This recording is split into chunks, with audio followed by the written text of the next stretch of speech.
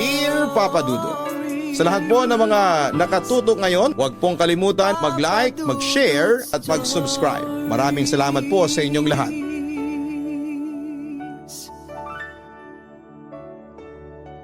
Isang napakagandang gabi sa inyong lahat. Siya nga pala, tawagin niyo na lamang po ako sa pangalang Meling, isa ninyong loyal listener at certified na ka-YouTube. Matagal na rin po akong nakasubscribe sa Papa Dudut YouTube channel at isa akong aktibong commenters ninyo. Sana ay mabasa nyo ito at maitampok sa inyong programa. Papa Dudut, kakaiba ang sulat na ipapadala ko sa inyo kasi hindi siya kwentong pag-ibig o pampamilya. Pero alam kong marami ang makaka-relate, lalo na ang mga listeners ninyong hindi masaya sa kanilang trabaho. Well, sa panahon ngayon ay mahirap talaga ang makapaghanap ng trabaho. Kaya kung may trabaho ka ay dapat mo itong pahalagahan. Papa Dudut, nagtatrabaho ako ngayon bilang marketing specialist sa isang marketing and advertising agency sa Makati. Actually, graduate ako ng nursing pero wala akong mapasukang trabaho noon. At maraming taon din akong natenga sa bahay.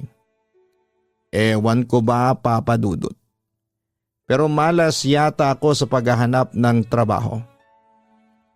Sabi naman ng mga kaibigan at magulang ko ay wala namang problema sa communication skills ko. Pero kahit na anong gawin ko, ay hindi ako makahanap-hanap ng trabaho. Samantala nang dumating ang isang oportunidad sa akin, ay hindi ko na pinalagpas yon. Nag-apply ako noon bilang encoder sa isang kumpanya. At kahit na malayo ang trabaho ng isang encoder sa natapos ko, ay okay lang yon sa akin. Ang mahalaga lang naman ay may trabaho ako. Pero Papa Dudut, sa hindi malamang kadahilanan ay hindi ako naging masaya sa pinasok kong trabaho. Isang araw tulad ng nakagawian ay maaga akong pumasok sa opisina para gawin ang mga trabahong tinambak sa akin. O Meling, kumusta ka na dyan? Hindi ka ba napapagod dyan? Tanong sa akin ang kasamahan ko sa trabaho na si MJ. Lunchtime na kasi noon at karamihan ay bumababa na papunta sa cafeteria. Habang ako naman ay nanatili lamang sa aking desk nagtatrabaho. Mabuti naman ako, MJ, at saka hindi pa ako pagod. Sagot ko na lamang sa kanya habang tutok pa rin ang aking mga mata sa monitor. Naku Meling, huwag kang magpakabayani, mag-break ka muna, ang sabi ni MJ na halatang concern sa akin. Hindi pa ako pwedeng mag-break. Marami pa kasi akong i-encode dito. Deadline ko kasi ngayon kay Sir Henrik. Hinihingi na raw po kasi yung mga documents sa itaas. Paliwanag ko naman sa kanya. But still, kailangan mo pa ring mag-break. Alam ko na. Total naman dalawa lang yung kapeng in-order ko doon sa coffee shop sa ibaba, sayo na tong isa. Alok niya sa akin. Naku, nakakahiya naman sa'yo. Wika ko. Huwag ka nang mahiya, Meling. Eto, tanggapin mo na. Pagpapatuloy ni MJ sa akin. Nag-aalilangan kong tinanggap ang isang baso ng kape. Salamat, MJ. Wala yon. Dapat ang buong team ang magpasalamat sa'yo. Kasi masipag ka. Kung tutuusin dapat taasan na nila ang sahod mo. Puri pa niya sa akin. Napangiti naman ako sa kanyang sinabi. Magdilang anghel ka sana. Wika ko pa kay MJ. Samantala kinahapunan ay nagkaroon ng meeting ang buong department namin kung saan kasama ako. Napag-usapan na magkakaroon ng outing ang buong department at magdidistribute ng gift certificates. Natuwa naman ako kasi ang buong akala ko ay makakapagpahinga na rin ako sa aking stressful na work. Actually kami dalawa ng assistant na si Dana ang nagpaplano ng outing. And then we presented it to Sir Rams and Ma'am Osang. Ayun, nagbigay ng budget. Bukod doon sponsoran nila ang outing natin. 3 days and 4 nights for 2 with free meals. Masayang balita ni Sir Henrik sa lahat ng empleyado. Siyempre nag-cheer ang mga empleyado sa magandang balitang hatid ng boss namin. Kasama na ako. Nagpatuloy siya. Each of you will receive 2 resort gift certificates. Kunin niyo rito yung passes ninyo. Wika niya pagkatapos ay isa-isang dinistribute niya ang mga gift certificates sa lahat ng empleyado. Maliban sa akin. Sir, paano si Meling? Kasama na naman siya sa team, di ba? Wika ni Krista. Isa sa mga kaklose kong empleyado sa aming department. Of course, here's your 2 resort gift certificates, Meling. Tila napipilit ang wika pa ni Sir Henrik habang inabot ang 2 gift certificates. Thank you po sir. Sinserong wika ko habang masayang tinanggap ang regalong yon. For the first time ay naramdaman kong parte na ako ng team. Ayan ha Meling ha, binigyan ka na ni Sir Henrik. Makakapagpahinga ka na rin sa wakas. Natutuwang wika ni MJ sa akin. Oo nga salamat naman. Sagot ko naman sa kanya. Ngunit panandalian lang pala ang kasiyahan ko nang biglang magsalita ulit si Sir Henrik sa akin. Ay sandali pala Meling. Akin na pala muna yung binigay ko sa yung resort gift certificates. Nakalimutan ko palang bigyan si Valdo. Wika niya sa akin. Lahat ng empleyado na kasama sa team ay nagtinginan sa akin. Maski ako ay nagulat at hindi ko naitago ang lungkot at disappointment. No choice ako noon kundi ang ibalik sa kanyang 2 gift certificates na ibinigay niya sa akin. Pasensya ka na ha Meling, di bale. Kung may natira pa hihingi na lang kita ng gift certificates kay Ma'am Osang. Sabi na lamang ng boss ko sa akin pagkatapos niyang kunin ng GC. Pasensya ka na Meling ha? Pabulong na wika ni MJ sa akin. Kung gusto mo ay isa na lang tong gift certificates ko. Alok niya sa akin. Ngunit tumanggi ako. Naku wag na, sayo na yan ang sabi ko sa kanya. Are you okay? Hindi ba masama ang loob mo? Concern niyang tanong sa akin. Medyo kasi nasa akin na yung mga gift certificate binawi pa. Mas inuna pa yung personal assistant niya kaysa sa akin samantalang hindi naman yun kasama sa team. Samantalang ako parte ng team. Medyo nilakasan ko ng kaunti ang boses ko para marinig ng lahat ang aking disappointment. Pero as expected ay dead malamang ang boss ko. Pagkatapos noon ay bumalik na kami sa kanya-kanya naming trabaho. Papadudot, ganon madalas ang nangyayari sa akin sa opisinang pinagtatrabahuhan ko. Ewan ko ba pero para ba akong na-out of place. Sa grupo namin ay ako lang kasi ang nag-iisang contractual habang mga regular employees na ang iba. Nung unay okay lang sa akin pero hindi naglaon ay napansin kong mas binibigyan ng prioridad ang mga regular na empleyado kesa sa mga contractual na katulad ko. Bukod pa roon ay isang tambak ako noon ng mga gawain at halos wala akong oras para makapagpahinga. At isama pa rin dito yung mga supervisor kong super demanding. Sa kabilang banda, kahit na hindi ako masaya sa trato nila sa akin, ay tiniis ko na lamang yon at hindi ako nagbalak na mag-resign. Kasi ng mga panahong yon ay takot akong mawala ng trabaho. Yun nga lang ay nagpatuloy ang diskriminasyon sa akin ng kumpanya. Naulit-ulit yung eksenang may mga gift certificates o complimentary passes na galing sa kumpanya pero ako lang ang hindi nabibigyan. Sorry guys, I'm late.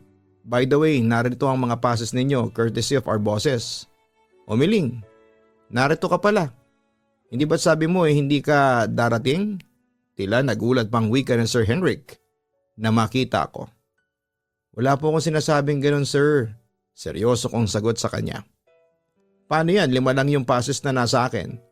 Eksakto lang itong sa 5 mong kasama. Inform pa niya sa akin. Ganito na lang. Itatanong ko kina Ma'am Osang kung may sobra pa siyang complimentary passes. Ihingi na lang kita. Guys, pwede na raw pumasok sa loob ng theater.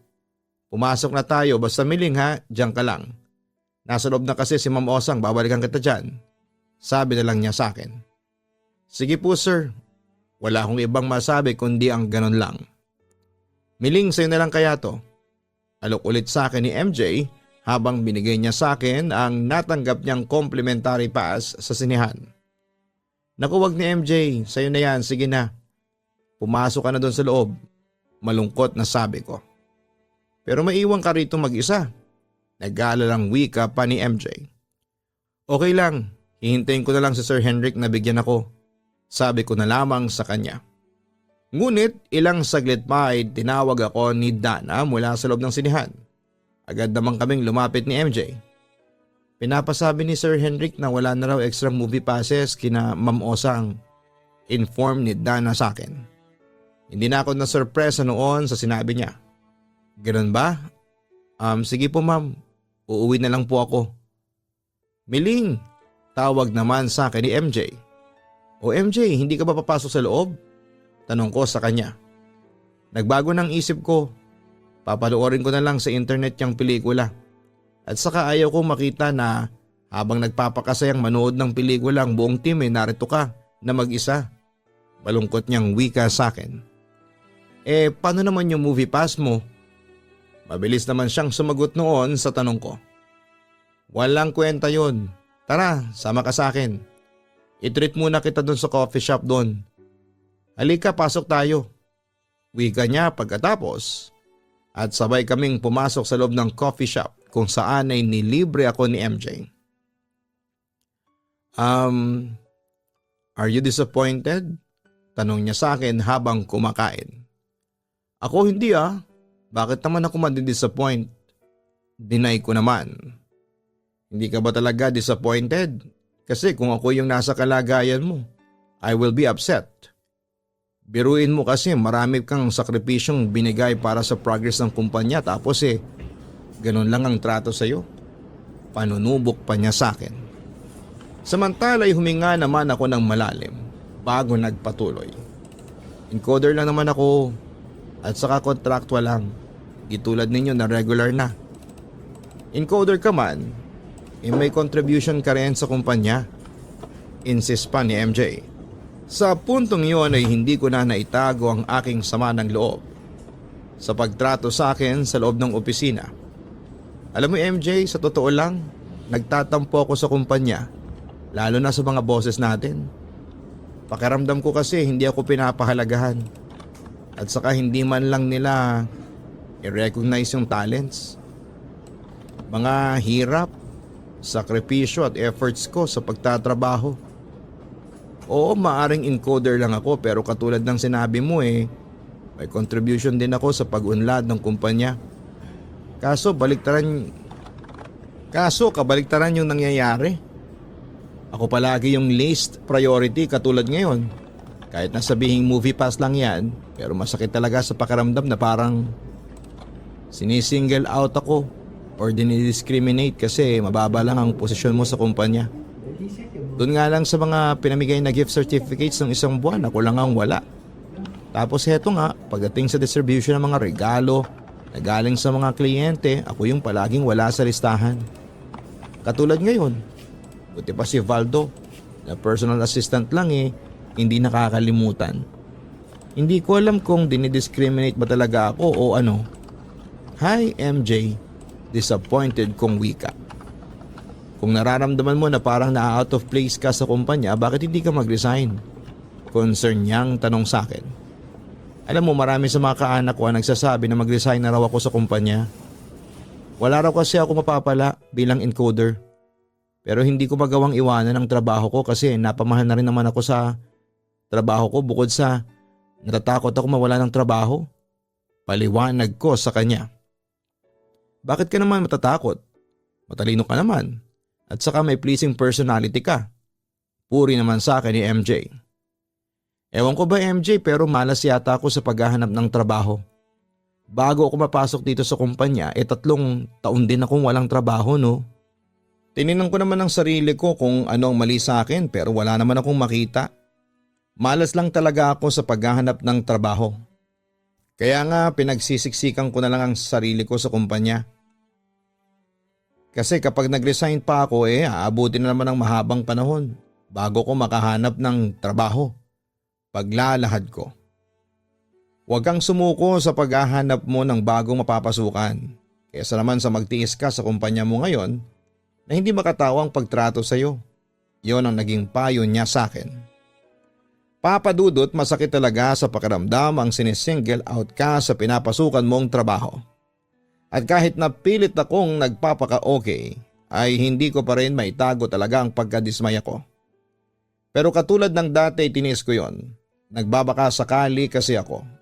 Isang araw ay magbabago ang pagtingin sa akin ng kumpanya at kilalanin ang mga paghihirap ko sa pag-asenso nila. Samantala'y dumami noon ang naging trabaho ko sa kumpanya to the extent na inuwi ko sa bahay ang mga trabaho ko. Napapansin ko kanina ka pa nagtatype dyan, teka, huwag mong sabihin na dinadala mo dito sa bahay ang trabaho mo dun sa opisina. Pansin ni mama sa akin. Ma, kailangan ko pong tapusin ito kasi bukas na ang deadline. Sagot ko naman sa kanya. Bakit kasi hindi mo na doon tinapos sa opisina kanina? Huminga muna ako ng malalim bago ko sagutin ang kanyang katanungan. Ma, hindi kaya marami po akong ginagawa kanina? Teka, ano ba yung ginagawa mo ha? Di ba encoder ka lang doon? Bakit gumagawa ka ng presentation na ganyan? Kasama pa ba yan sa trabaho mo? Concern pa niyang usisa sa akin. Tumango naman ako bilang sagot sa kanya. Opo ma, boss ko po yung nag-utos sa akin ito. Sagot ko pa sa kanya. Ang dami mo naman palang trabaho dyan tapos ang lit-lit ng sinasweldo mo. Naku anak, mag-isip-isip ka na. Naalarmang sabi sa akin ni mama. Maayos lang po ako sa trabaho ko. At saka kung magreklamo po ako mahirap pong maghanap ng trabaho. Paliwanag ko naman sa kanya. Inaalala lang kita Miling, kung santambak ang trabaho mo at hindi ka na makapagpahinga, mas mabuti pang mag-resign ka lang kesa naman magkasakit ka ng dahil lang dyan. Nag-aalala niyang tugon sa sinabi ko. Hindi po ako mag-resign kasi sayang naman po yung sinesweldo ko. Pagtutol ko naman sa kanyang gusto. Teka, magkano lang ba yung sinesweldo mo? 4,800 a month? Kung paghahati-hatian mo yung mga araw na pinasok mo dyan sa opisina pumapatak lang na mahigit 200 piso ka lang kada araw. Daig na daig ka pa ng mga sales lady ng mall na kumikita na mahigit sa 400 piso. Miling, hindi ka ba niloloko ng kumpanyang pinagtatrabahuhan mo? Kumpronta sa akin ni mama. Hindi naman po siguro ma. Mahinang sagot ko sa kanya. Anong hindi Miling?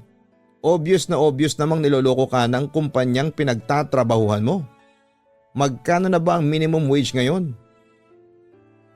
Wala pa sa kalahati ng minimum wage ang sinasahod mo Giit niya sa akin. Ma, nagtitiis lang po ako pero matatapos din po itong sakripisyo ko. Kaya hindi po ako umaalis doon kasi nag-apply po ako sa mas mataas na posisyon. At saka malay niyo po sa kasipagan ko maisipan nilang i-promote ako sa trabaho. Paliwanag ko sa aking ina. Alam mo, sinasayang mo lang ang talento mo dyan sa kumpanyang pinagtatrabahuhan mo. Tingnan mo, mahigit 1 taong ka na dyan pero sila ang umaasenso hindi ikaw. Ginagamit ka lang nila Miling. Yon ang katotohanang binanggit ni mama na tila sumampal sa akin noon, papadudot. Hindi pa tapos ang kontrata ko dun. At saka mahal ko po yung trabaho ko. Katwirang ko na lamang sa kanya. Oo nga, mahal mo ang trabaho mo. Pero ang tanong, pinapahalagahan ka ba ng kumpanyang pinagtatrabahuhan mo? Hindi. Hindi makatawang trato nila sa mga katulad mo. Tingnan mo, hindi mo mabili ang mga gusto mo kasi maliit lang ang sinesweldo mo. Tapos hindi ka rin makakain ng gusto mo. Miling, naaawa na kami sa iyo ng tatay mo. Nangihinayang kami sa iyo kasi nakatapos ka ng nursing tapos ganyan lang ang trabaho mo. Bakas na bakas noon ang panghihinayang sa mukha ni mama habang sinasabi niya ang mga yon. Huwag kang matakot na maghanap ulit ng ibang trabaho. Magtiwala ka sa sarili mo. Qualified ka kahit na anong trabaho kasi nakatapos ka naman ng pag-aaral at mataas naman ang grades mo. Magkaroon ka sana ng ambisyon, Miling. Huwag kang mamaluktot sa isang maliit na kumot. Kung kaya mo namang bumili ng mas malaki. Ang ibig kong sabihin, kung kaya mo namang makapasok sa ibang trabaho na mas malaki ang sahod huwag kang magtiis dyan sa trabahong pinapasukan mo ngayon. Dagdag pa ni Mama, bago ko napagpasyahang tumigil na sa aking ginagawa para magpahinga muna kahit na ilang oras. Papadudot kahit na maraming nagsasabi na umalis na ako sa kumpanyang yon ay hindi pa rin ako nakinig at sa halip ay nagpatuloy ako sa pagtitiis. Kasi napamahal na rin sa akin kahit papaano ang trabaho ko. Bukod sa mas mabuti na yon na may sinesweldo ka kahit na maliit kesa naman sa tambay ka lang sa bahay buong magdamag. Pero syempre hindi pa rin ako nawawala ng pag-asa na isang araw ay marirealize ng kumpanya ang kahalagahan ko bilang empleyado. Papadudot pinagpatuloy ko pa rin ang pagtatrabaho sa kumpanyang yon kahit na marami na ang nagsasabi sa akin na umalis na ako doon. Naging tapat pa rin ako sa trabaho ko at sinikap ko talagang makapagbigay ng contribution sa pag-unlad ng kumpanya. Ibinuhos ko doon ang lahat ng atensyon ko sa pag-aakalang matutuwa sa akin ng kumpanya at papakitaan nila ako ng pagpapahalaga. Pero mukhang nagkamali ako dahil isang araw ay muli na naman akong nakaranas ng pang-iitsapwera mula sa aking boss. Naging number 1 ang department namin sa dami ng sales at lahat ng empleyado ay pinasalamatan ni Sir Henrik maliban sa akin. Sa tingin mo ba bahagi ako ng team? Minsang tanong ko kay MJ noong break time namin at nasa pantry kaming dalawa. Oo naman, ikaw ang encoder ng team natin, sagot ni MJ sa akin. Pero bakit ganun? Pati ba naman sa simpleng congratulations? Kinalimutan pa ako ng boss natin. Wala ba akong naging contribution sa kumpanya ha MJ? Paglabas ko noon ang sama ng loob sa kumpanya. Pagpasensyahan mo na si Sir Henrik kung nakalimutan kanyang pasalamatan. Yun na lamang ang sabi ni MJ sa akin. Pero alam kong nakikisimpatya siya sa aking struggle. Sa totoo lang MJ, masakit sa akin yun. Na kinakalimutan ako. Malaki rin naman ang contribution ko sa success ng team, hindi ba? Bakit ganon? Mas pinasalamatan pa yung support team na kung tutuusin wala naman talagang contribution sa atin. Samantalang ako MJ, ang dami kong sakripisyo para sa team. Madalas akong magpuyat at mag-overtime para lang matapos agad yung presentations ng team sa top management. Tapos kakalimutan lang ako ng basta-basta MJ. Hindi naman promotion o papuri lang ang habol ko pero sana ma-recognize man lang ng buong team ang paghihirap ko. Diin ko noon. Naintindihan kita, Miling. Sige na, huwag ka na magtampo. Wika ni MJ sa akin pagkatapos ay inalo niya ako. Basta palagi mong tatandaan na para sa akin ikaw ang pinakamasipag at pinakamagaling na empleyado na nakilala ko. Sa sinabi niyo ni MJ, muling nabuhayan ang puso ko.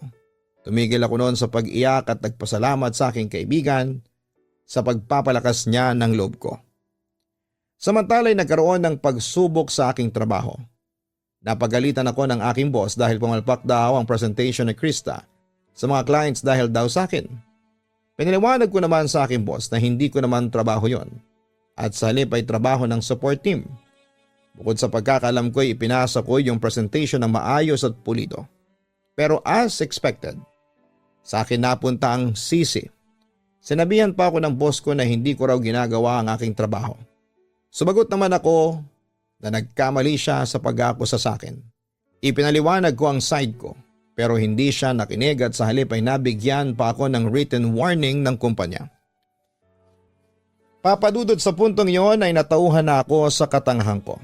Na-realize ko na ano pa ba ang silbi ng pagsisikap ko sa kumpanya kung patuloy lamang sila sa pagbabaliwala sa akin. Kaya hayon naudyukan na rin akong maghanap ng ibang oportunidad sa ibang kumpanya kung saan ay may resonable na sweldo at makataong pagtrato. Sa kabilang banda ay nag-apply ako mismo sa numero 1 kalaban ng kumpanyang pinapasukan ko noon at maswerte naman akong natanggap.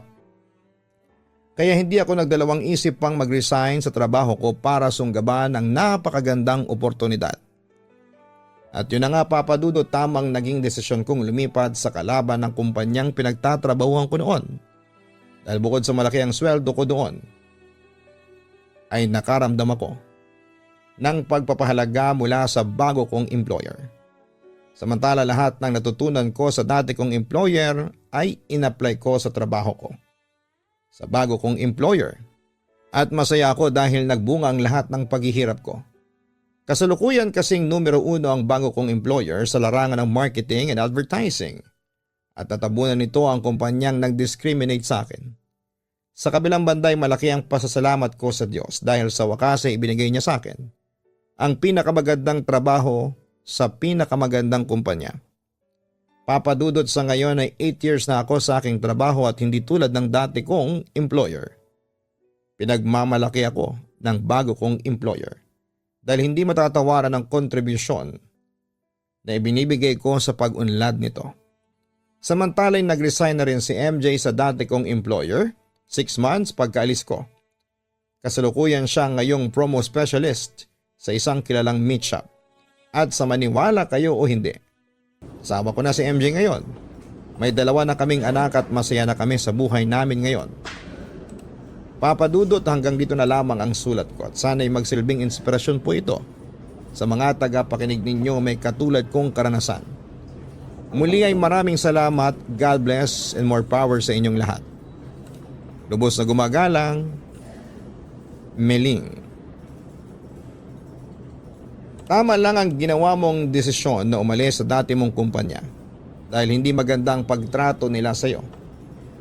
Wala na kasing rason para manatili at magpakamartir ka sa kumpanyang hindi nire-recognize ang mga efforts at contribution mo bilang empleyado. A company who practices meritocracy is the best company. Ang ibig sabihin ng meritocracy sa itong paniniwala ng empleyado ay pinipili para sa kanilang talino, kapasidad o skills at hindi dahil sa kamag-anak ni boss o may kapit sa itaas. Kung ang kumpanyang pinapasukan mo ay walang naiko-contribute para sa iyong improvement, dapat ka nang umalis. Kaya sa mga ka-online natin na may katulad na problema ni Meling, mag-isip-isip na kayo. Know your worth. Pahalagahan ninyo ang inyong sarili at higit sa lahat ay ipaglaban mo ang inyong karapatan bilang isang empleyado at matuto kayong pumalag kung sa tingin ninyo ay ginugulang na kayo. Muli maraming salamat, Meling, sa pagbabahagi mo ng kakaiba ngunit relatable na kwento sa Papa Dudut YouTube channel. God bless and more power. Huwag mong kalimutan na hanapin ang kaistorya. Ang link po niyan ay nasa main channel na ito. Sa kaistorya po ay narrated by Jason Steele at ito naman po yung mga kwentong horror. Ganon din ang Papa Dudut Family na ang link ay nasa homepage ng channel na ito. Dahil pwede kayong manalo weekly ng cash prize. Maraming salamat po. Magandang araw po sa lahat. Ako si Fidel, 30 anyos na ngayon, tubong Capiz pero kasalukuyang naninirahan dito sa Bago Bantay, Quezon City. Isa ako sa loyal listeners ninyo at kaya ako sumulat ay para magbahagi rin ng aking kwento sa Papa Dudut YouTube channel. Kung saan ay isa ako sa inyong mga subscribers. Papa Dudut, umpisahan ko po ang istorya ng buhay ko noong magkaroon ng matinding pagsubok ang pamilya namin. Sa pagkakatanda ko po ay 7 taong gulang pa lamang ako noong tuluyang nagkawatak-watak ang pamilya namin. Naghiwalay noon ang mga magulang ko at iniwan nila kaming magkakapatid. Dahil doon ay nagkahiwa-hiwalay din kaming magkakapatid. Sa kabilang banda ang kapatid kong si Kuya Dodong ang naging kasama ko noon sa buhay at siya ang tumayong guardian ko. Pero isang araw may binalita siya sa akin na siyang nagpalungkot ng husto sa akin. Kuya, saan po kayo pupunta? Pupuntahan niyo po ba sina mama at papa? Kailan po pala sila babalik sa bahay? Inosenteng tanong ko sa aking nakatatandang kapatid noon. 7 years old ako noon at hindi ako aware kung ano nga ba ang katotohanang nangyari sa aking pamilya kung bakit nagkawatak-wata kami. Fidel, paano ko ba sasabihin to sa iyo? Ganito kasi yon. Sina mama at papa, hindi na sila babalik pa dito. Sinusubukang ipaliwanag ni Kuya Dodong sa akin ang lahat. Pero bakit po? Tanong ko pa sa kanya. Huminga ng malalim si Kuya. Alam ko na sa utak niya na naghahanap siya ng akmang salitang maintindihan ko. Hiwalay na kasi sina mama at papa. Hindi na sila babalik. Iniwan na nila tayo. Pagtatapat niya sa akin. Hindi na po sila babalik. Kuya, bakit po nila tayo iniwan? Patuloy pa rin ako sa pagtanong sa kanya. At dahil sa nami-miss ko na ang aming mga magulang, ay hindi ko na napigilang umiyak sa harapan ng kapatid ko. Agad naman akong inalo ni Kuya Dodong, huwag ka nang umiyak, Fidel. Kuya, puntahan mo naman sina mama at papa. Sabihin niyo po sa kanila na umuwi na sila. Pakiusap ko sa kanya noon habang umiiyak. Kung pwede lang sana, kaso hindi na. Si papa, nilayasan na tayo. Hindi ko alam kung saan siya hahanapin. Si mama naman tinakwil na niya tayo. Fidel, gustuhin ko mang ibalik sila dito kaso ayaw na nila. Wala na tayong magagawa pa dun. Sa puntong iyon ay nakita ko na rin ang kapatid ko na lumuluha pero agad niya rin itong pinunasan at mas pinili pa rin niyang magpakatatag. Kuya, saan po kayo pupunta? Isasama po ba ako? Tanong ko pa sa kanya. Huminga muna ng malalim si Kuya Dodong bago niya sinagot ang tanong ko. Hindi kita masasama. Malayo ang pupuntahan ko. Maghahanap ako ng trabaho. Kailangan kong gawin yon para mabuhay tayong dalawa. Pero paano na po ako? Ako lang po ba ang maiiwan dito sa bahay? Nag-aalala kong wika sa kanya. Hindi, Fidel. Kilala mo ba si Aling Feli? Yung may-ari ng lupang kinatitirikan ng bahay natin? Sa kanya muna kita dadalhin. Siya muna at yung asawa niya ang mag-aalaga muna sa'yo habang wala ako. Huwag kang mag-alala. Mababait sila. Hindi ka nila sasaktan. Paniniguro niya sa akin. Kuya, ayaw ko po. Gusto ko pong sumama sa inyo. Pagmamakaawa ko sa kanya. Hindi talaga pwede, Fidel. Dito ka lang. Mas mahalaga ang kanina Aling Feli kesa ako. Huwag kang mag-alala, dadalawin pa rin naman kita. Yon ang tila pangako niya sa akin. Pasensya ka na, Fidel. Sa totoo lang ay ayaw kitang iwanan. Kasi ikaw na lang ang natitirang kapatid ko na kasama ko. Kaso'y kailangan kong umalis para din sa'yo to. Malas kasi tayo sa mga magulang eh. Kung iba lang sana ang naging mga magulang natin, hindi mangyayari sa atin to. Pagpapatuloy pa niya. Tila may sama siya ng loob kina mama at papa. At yun nga, Papa Dudut. Umalis noon si Kuya Dodong papunta ng Maynila para makapagtrabaho. Pero pagkatapos noon ay nawala na kami ng komunikasyon. At dahil sa mag-isa lamang ako noon ay napilitan na akong mamuhay ng walang kapatid na tumutulong sa akin. At sa murang edad ay nagtrabaho na ako. Nakikigapas ako at nakikikopra sa may-ari ng lupa na kinatitirikan ng bahay namin. Na siya ring kumupkop sa akin. At bilang kabayaran, pinag-aral nila ako noon at kinalaunan ay dinala nila ako sa Cebu para doon na manirahan. Samantala nang sumapit na ako ng hustong gulang, ay pinag-aral nila ako ng vocational course na welding sa TESDA. At natapos ko yon. Pero gusto ko noong makatungtong ng kolehiyo, kaya nag-ipon ako para mag-aral ako. Kaya nagsimula na rin akong magtrabaho sa Cebu. Naging helper ako sa tindahan ng animal feeds. Pero nang malulugi na yon, tinulungan ko noon ng amo ko at pinahiram ko sa kanya yung mga naipon ko noon. Hanggang sa isang araw isang oportunidad ang dumating noon sa buhay ko. Nga pala, may balita ka na ba sa Kuya Dodong mo? Tanong sa akin ni Aling Celia, amo ko at may-ari ng tindahan ng animal feeds na pinagtatrabahuhan ko. Opo, tinawagan ko po yung pinsan kong nasa Maynila. Nandun po pala tumutuloy pansamantala si Kuya. Ayun, nagkumustahan kami. Balak daw po niyang umuwi ng probinsya sa susunod na buwan. Kwento ko sa aking amo. Buti naman at natuntun mo na ulit siya. Yang kuya mo kasi, bigla na lang nawawala tapos bigla ring lilitaw.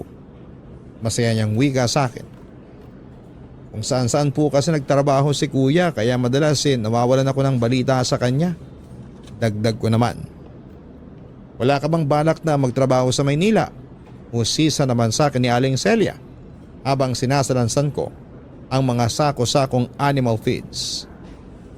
Meron din naman po, kaso ayaw ko lang po makipagsapalaran na kakaunti lang ang hawak kong pera. Tugon ko. At saka wag ka munang pumunta ng Maynila. Mawawalan ako ng helper at kasosyo na rin sa negosyo. Pangungumbinsi pa niya sa akin. Samantala ilang minuto ang lumipas noon ay dumating si Mang Ador. Isa sa mga suki namin at may-ari ng pinakamalaking manukan sa barangay namin. Mang Ador, kumusta na po kayo? Bati ko sa aming loyal customer. Heto, ayos naman. Mas lumiliksi ako ngayon. Sagot niya sa akin. Siya nga pala, katulad ng dati kailangan ko ng feeds para sa mga manok ko. Natuwa naman si Aling Celia dahil sigurado siyang marami ang bibilhin ni Mang Ador. Naku, tamang-tama Mang Ador. Kararating lang po ng mga chicken feeds namin. Bagong bago. Ilan ang kailangan ninyo? Dating gawi Aling Celia. Sagot ng aming loyal customer. Samantala si Aling Celia na ang kumuha ng mga order ni Mang Ador. Sa stockroom kasama niya ang isa pa niyang tauhan. Habang ako naman ay naiwan para i-entertain si Mang Ador. Fidel, magkano ba ang pinapasweldo sa iyo ni Aling Celia? Tanong niya sa akin. 200 po kada araw pero kasi nagpautang po ko kay Aling Celia para hindi malugi ang tindahan niya. Sagot ko naman kay Mang Ador. Talaga? Ibig sabihin niyan kasosyo ka na niya ngayon. Tumango naman ako bilang sagot sa kanyang tanong. Gano'n na nga po, sabi ko pa sa kanya. Teka, di ba marunong ka mag-welding? Maya-maya pag-iiba niya ng topic sa akin. Opo, ang totoo po niyan tapos ako ng welding course sa TESDA. May experience na rin po ako sa pagwe-welding. Bakit niyo po pala naitanong? Agad namang nagsalita si Mang Ador. May aalok ako sa iyong trabaho. Magwe-welder ka sa kumpare ko. Dagdag kita rin to sa iyo, no? Ano gusto mo? Tanong niya. Siyempre naman po Mang Ador. Kailangan ko rin pong kumita ng malaki kasi gusto ko pong magpatuloy sa pag-aaral. Agad kong tugon sa kanya. Di tamang-tama pala.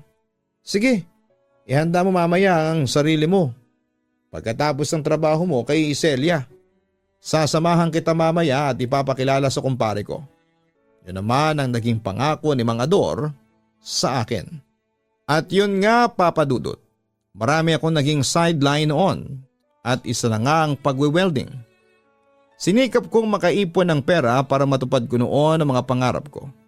At hindi naman ako nabigo dahil malaki rin ang naipon ko. Samantala'y lumipas pa ang ilang buwan, ay nakilala ko sa pamamagitan ng Facebook si Kira. Isang single mom. Agad niyang nahuli ang puso't atensyon ko dahil bukod sa maganda siya, ay napakabait niya. At suwak na suwak ang personality naming dalawa. Hanggang sa magpasyahan naming mag-meet kami ng personal. At simula noon ay naging tuloy-tuloy na ang komunikasyon namin. Hindi naman nagtagal ay nagkaroon na kami ng relasyon ni Kira. Sa kabilang banda, isinama ako noon ni Kira sa kanyang probinsya sa Tuguegarao para ipakilala sa kanyang ina. Ngunit kinabahan talaga ako ng todo ng personal ko na siyang makaharap. Seryoso siya, para bang hindi siya masaya na makita ako. Pero kahit na ganoon ay sinubukan pa rin akong i-entertain. Ngunit nang umalis saglit si Kira at kaming dalawa lang ng mama niya ang magkaharap, ay may tinanong siya sa akin. Ano naman ang naging reaksyon mo nang malaman mong dalagang ina si Kira? Mabilis naman akong sumagot sa kanyang tanong. Wala lang po. Tanggap ko naman po kasi ang sitwasyon ni Kira. Talaga? Tanggap mo pati ang anak niya? Panunubok niya sa akin. Opo tita, tanggap ko po hindi lang si Kira, kundi pati na rin ang anak niya. Paniniguro ko. Ngunit hindi pa siya tumigil sa pag-usisa sa akin. Gaano mo kamahal ang anak ko? Sigurado na po ako sa nararamdaman ko para sa kanya. Mahal ko po siya. Ang totoo niyan mahal ko po ang anak ninyo higit pa sa buhay ko. Seryoso at paninindigan ko po ang sinabi ko sa kanya. Fidel, alam mo naman siguro ang pinagdaanan ng anak ko. Sobra akong nasaktan nang makita ko siyang halos mamatay na dahil sa sobrang pighati na ginawa sa kanya ng ex niya. Mahal ko ang anak ko at ayaw ko na masaktan siyang muli. Kaya kung hindi ka rin seryoso sa kanya mas mabuting hiwalayan mo na lamang siya. Tila ayaw maniwala ng mama ni Kira na seryoso ako sa kanyang anak. Seryoso po talaga ako sa anak ninyo. At ngayon din po ay sa harapan ninyo, sinusumpa ko po na kahit kailan, hindi ko po iiwanan ang anak ninyo. Hindi po katulad ng ex niya kasi may paninindigan po ako. At yon ay ang maging mabuting asawa kay Kira at mabuting ama kay Joshua. Pangungumbinsi ko sa kanya. Sa huli ay huminga ng malalim ang matanda. Sana wag mong balihin yung mga binitawan mong salita ngayon, sabi pa niya sa akin. Mamayang kaunti nang bumalik na si Kira ay muling nagtanong ulit sa akin ang mama ng girlfriend ko. Ano na ang plano ninyong dalawa? Ikaw Fidel, ano ang plano mo para sa anak ko? Pakakasalan ko po si Kira. Nag-usap na po kami ng anak ninyo tungkol doon. Inform ko sa matanda. Pero ma, hindi pa po sa ngayon kasi mag-iipon pa lang kami ni Fidel para sa kasal sa simbahan. Dagdag naman ni Kira sa kanyang ina. Huwag yun ang pagkagastusan pa ang kasal ninyo. Kahit sa West na lang kayo ikasal. Ang mahalaga ay kasal kayo, hindi yung live-in lang. Kira, kapag nag-live-in lang kayo, ikaw rin ang lugi. Isipin mo paano na lamang kung maglukuyang si Fidel. Wala kang laban. Iiwan ka lang niya ng basta-basta. Paliwanag ng mama ni Kira sa kanyang anak. Tita, hindi ko po gagawin yon sa kanya. Paniniguro ko. Ngunit hindi talaga siya kumbinsido sa aking mga sinabi noon. Huwag kang magsalita ng tapos Fidel. Hindi natin alam kung anong pwedeng mangyari sa inyo sa darating na panahon. Aniya. Ma, pakakasalan po ako ni Fidel. Nangako po siya sa akin. Hindi niya po babaliin ang pangako niyang yun. Kaya wag na po kayong mangamba pa. Pangungumbinsi ni Kira sa kanyang ina. Agad ko namang sinugundahan. Tama po ang anak ninyo tita. Muling bumaling sa akin ang matanda. Ikaw Fidel, aasahan ko yung mga sinabi mo. Sana lang talaga wag kang tumulad kay Jeff na puro pangako lang sa anak ko. Pagtitiwala lang po ang hinihingi ko sa inyo tita. Yun ang naging pakiusap ko sa ina ng girlfriend ko. Papadudot minahal ko si Kira ng buong puso. Tinanggap ko ang nakaraan niya at minahal ko rin ang kanyang anak at tinuring kong parang sarili kong kadugo. Simula noon ay nagsama na kami, nagtrabaho din ako sa Tugigaraw para makaipon para sa kasal namin papadudot. Naging masaya naman ang unang 6 na buwang pagsasama namin. Punong-puno kami ng pagmamahalan. Kaya nga nung mga panahong yon ay sobra ang pasasalamat ko sa Diyos. Dahil alam kong binigay niya sa akin ang tamang babae. Pinangako ko rin sa sarili ko. Nagagawa ako ng paraan para hindi mangyari sa amin ni Kira ang nangyari noon sa pamilya ko. Papadudot. Sa unang 6 na buwan naming pagsasama ni Kira ay naging maayos naman ang lahat. Pero paglipas pa ng ilang buwan ay doon na lumabas ang problema sa aming relasyon. Naging selosa at sobrang mapaghinala si Kira. Habang ako naman ay sobrang na-stress noon sa trabaho, pati na rin sa bahay. Isang gabi habang patulog na kami ni Kira, ay biglang naglambing siya sa akin. Isang linggo na tayong hindi, alam mo na Fidel, pwede ba? Tanong niya sa akin patungkol sa request niya na pagsisiping. Gusto ko man sanang siyang paligayahin pero ng gabing yon ay pagod na ako at para akong magkakasakit. Pwede bang sa susunod na lang? Pagod na kasi ako Katwiran ko sa kanya. Oras ng pagkasabi ko noon ay nawala ang paglalambing kay Kira at napalitan niyo ng inis at disappointment. Pagod? Bakit? Napagod ka ba sa pakikipagromansa mo sa ibang babae? Ano naman niyang sinasabi mo ha? Nagsisimula ka na naman. Naiirat akong wika sa kanya. Magtapat ka nga sa akin. May ibang babae ka, di ba? Ano? Sumagot ka. Magsisimula na naman siyang maging hysterical noon. Alam mo, punong-puno na ako sa'yo. Hindi lang kita nasipingan, ganyan ka na. Sa puntong yon ay naggalit na ako sa kanya. Bakit nga ba ayaw mo kong sipingan? Kumpronta niya sa akin. Kira naman, maawa ka naman sa akin. Pagod ako dahil sa trabaho. Nag-overtime ako kanina. Gusto mo ba akong patayin? Ngunit hindi sapat ang paliwanag ko sa kanya. Pagod sa trabaho, huwag mo akong lokohin. Isipin mo, mambababae pa ba ako samantalang ikaw pa lang nakakapagod na. Nakakapagod nang magpaliwanag pa sa'yo. Sarkastikong sagot ko sa kanya. Hindi ko naman gustong magselos Kaso ganyan din kasi ang ginawa sa akin ni Jeff. Palagi siyang umuuwi ng late tapos unti-unti na siyang nanlalamig sa akin. Parang ikaw. Madalas din niyang kinakatwira na pagod siya sa trabaho. Pero may ibang babae pala siya. Pag-amin niya sa akin. Sa totoo lang ay nagsasawa na ako dyan sa kapraningan mo. Sawa na ako sa pagsiselos mong wala namang basihan. Palagi na lang tayong nagtatalo. Gabi-gabi. Wala kang pinatawad. Heto Kira. Kung gusto mo, pumunta ka doon sa pinagtatrabahuhan ko at magtanong-tanong ka sa mga kasamahan ko kung may kabit ba ako o wala para matigil ka na dyan sa kapraningan mo. Naiinis kong wika kay Kira. Sabay bangon sa aming kama at doon na lamang ako natulog noon sa sofa sa sala. Papadudot, masyadong silosa si Kira. Lahat na lang ng taong lumalapit sa akin, mapababae o lalaki, ay pinagseselosa niya. Nung una ay pinagpapasensyahan ko lang siya dahil naiintindihan ko kung bakit siya ganon. Meron na kasi siyang naloko noon. Pero kahit na hindi ako gumagawa ng masama ay pinag-iisipan niya ako ng masama. Kaya dumating din ako sa puntong sumabog na ako na parang bulkan. Bakit ngayon ka lang? Tingnan mo yung oras 11:00 na ng gabi. Di ba hanggang 6:00 lang ang pasok mo? Tanong sa akin ni Kira, isang gabi nang malate ako sa pag-uwi dahil sa overtime sa trabaho.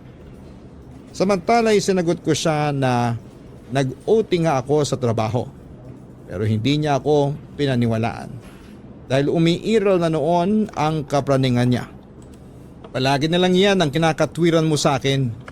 Puro ka na lang overtime dahil dyan sa kaka-overtime mo sa trabaho ay nawawalan ka na ng panahon sa akin. Reklamo niya. Ginagawa ko to para may maipalamon ako sa inyo.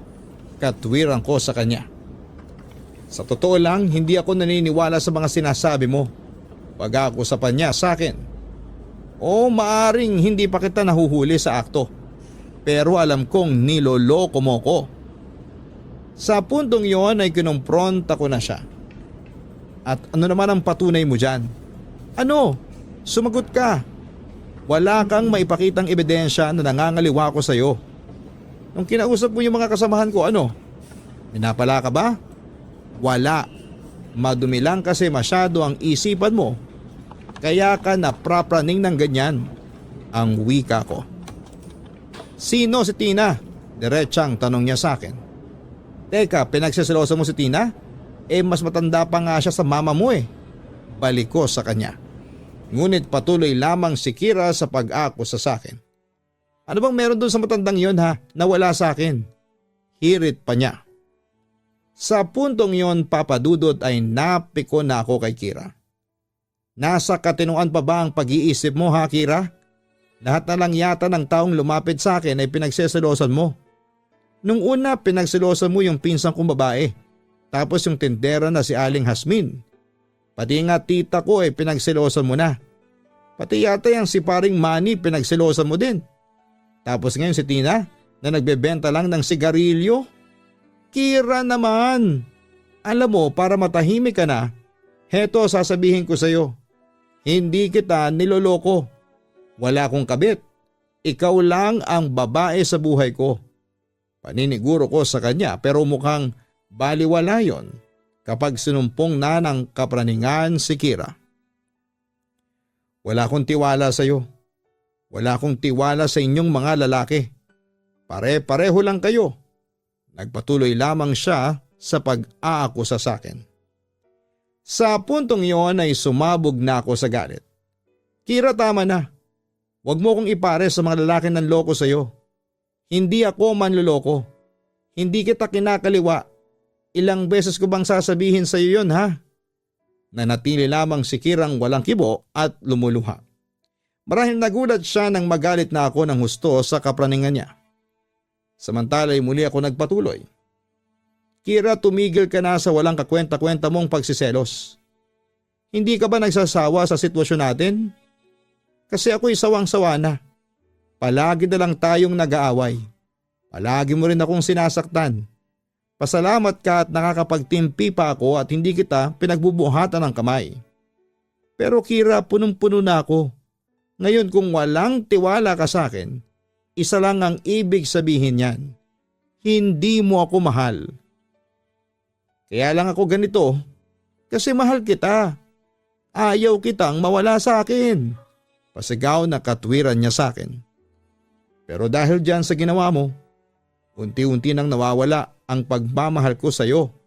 Ang pangontra ko naman. At dahil sa pikon na ako na ang nagpasyang umalis. Mabilis ako nag-impake ng aking mga gamit habang si Kira ay hysterical na pinipigilan ako sa aking ginagawa. Hindi ka alis ng bahay, Fidel, hindi. Tama na, Kira. Punding-pundi na ako sa ingay ng bibig mo. Sawang-sawa na ako sa mga pananakit mo sa akin. Kung hindi mo ko kayang pagkatiwalaan ay maghiwalay na lang tayo. Pagtatapos ko. Papa Dudut, iniwan ko noon si Kira dahil punong-puno na ako. Bumalik ako ng Maynila para mamuhay ng tahimik. Pero aaminin ko na may espesyal pa akong nararamdaman para sa ex-girlfriend ko. Samantala ay maraming pangyayari ang hindi ko inaasahan na dumating sa akin. Tulad na lamang ng panloloko sa akin ng isang inakala kong kaibigan sa Facebook. Pagkatapos ko siyang pautangin ay katakot-takot na paninira ang inabot ko sa Facebook. Nandyan din yung tinulungan ko ring pag-aralin ng isang kaibigan pero sa huli ay maloloko din pala ako. Pero kahit na ganoon ay hindi na ako nagtanim pa ng galit sa mga yon at sa halip ay pinagpasa Diyos ko na lamang sila. Sa kabilang banda ay muli akong bumalik noon sa Tugigaraw para bisitahin sina Kira at ang anak niya. Fidel, anong ginagawa mo dito? Seryosong tanong niya sa akin nang madatnan niya ako sa bahay ng kanyang ina. Dinadalaw ko lang si Joshua at saka pinapasok ako ng mama mo. Yun nga lang umalis siya. Anong kailangan mo? Seryoso pa niyang tanong sa akin. Namimiss ko lang kasi si Joshua. Alam mo naman na napamahal na sa akin yung batang yan. Kumusta ka na? Maayos naman. Mas umayos simula nang umalis ka. Sarkastikong sagot niya sa tanong ko. Napangiti na lamang ako sa sinabi niya. Mabuti naman kung ganon. Ganon din kasi ako. Mas umayos ang buhay ko simula nang maghiwalay tayo. Sana hindi ka na lang bumalik, no? May hinanakit niyang wika sa akin. Kira, alam kong galit ka pa rin sa akin. Kaya nandito ako para humingi ng sorry sa'yo. Maya-maya'y wika ko sa kanya. Para ano pa? hindi ka na rin naman babalik pa sa akin. Nasasaktan niyang wika. Siguro masaya ka na ngayon kasi nagagawa mo ng mambabae. Pag-aakusapan niya sa akin. Hanggang ngayon pa rin ba ganyan ang iniisip mo sa akin? Kira, para sa iyong kaalaman, wala akong ibang babae. Namumuhay akong mag-isa doon sa Maynila. Hindi naman siya makapaniwala sa sinabi ko. Talaga?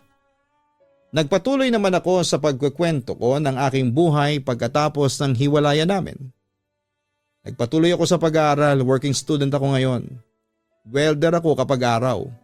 Nag-aaral naman ako kapag gabi. Kira, sana hiling ko lang sa'yo. Huwag mo na sana akong pag-isipan pa ng masama. Kahit nung tayo pa hindi pumasok sa isipan ko ang lokohin ka. Kahit minsan, hindi ako tumingin sa ibang babae. Wala akong kinakalokohang iba maliban sa iyo. Tugon ko. Mahal mo pa rin ba ako, Fidel? Seryosong tanong ni Kira. Huminga lamang ako ng malalim bilang sagot sa kanya. Ano, bakit hindi mo sagutin ang tanong ko? Agad ko namang ibinigay sa kanya ang aking tugon. Sa ngayon hindi ko pa alam. Pag-amin ko kay Kira noon. Sa ngayon, Papa Dudut, ay patuloy pa rin ang komunikasyon ko kay Kira at sa anak-anakan ko.